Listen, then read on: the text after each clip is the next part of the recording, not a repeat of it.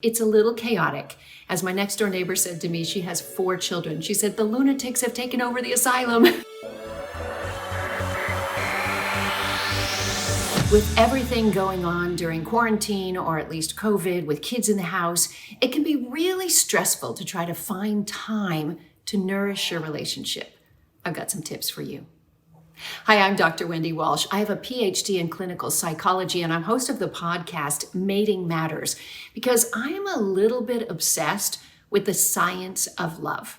So I have a few strategies for you if your relationship needs some tending. Remember, your relationship is a garden, and you don't want to water the weeds by criticizing all the time.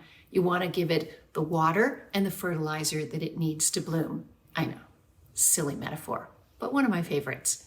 All right, so you're all in the house. You're probably working from home. Your children are at home. You can't send them off to camps this summer. It's a little chaotic. As my next door neighbor said to me, she has 4 children. She said, the lunatics have taken over the asylum. So I know how stressful and difficult it can be. That's why I want to give you some very simple tips to make your relationship as solid as it was at the beginning. First of all, just like it's important as a parent to give each of your children individual time where they are seen and heard, we call it mommy and child special time, the same thing applies to your partner. Set a time every day. Maybe it's first thing in the morning, maybe before you go to bed, or maybe it's in the middle of the day, where you literally close the door to the room. Yes, put a lock on it. Tell the children that this is mommy and daddy's special time, or mommy and mommy's special time, or daddy and daddy's special time, however your family is composed. And during that time, don't have an agenda. Just simply say, how you doing? How you feeling today? How can I support you? And just talk. Just remember to grow your intimacy every single day. Now, there are a few other things that, according to research, can really help.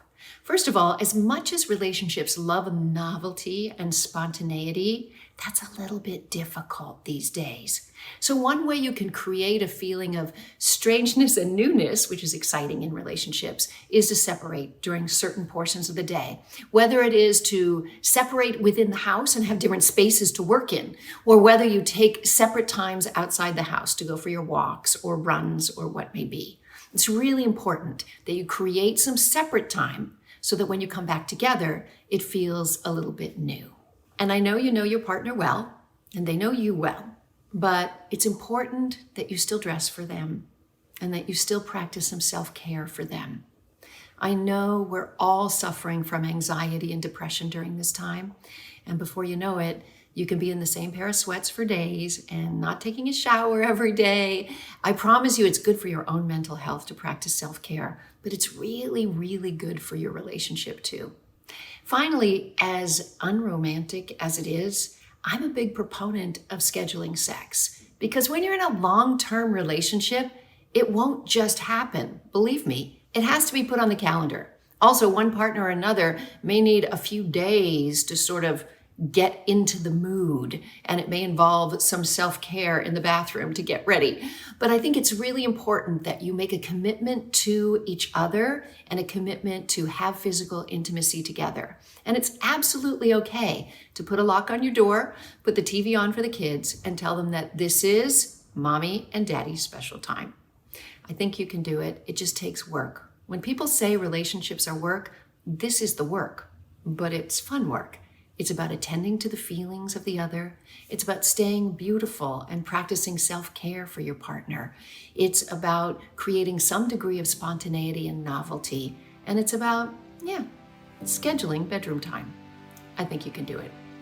Thanks for watching. I'm Dr. Wendy Walsh. You can follow me anywhere on my social media at Dr. Wendy Walsh.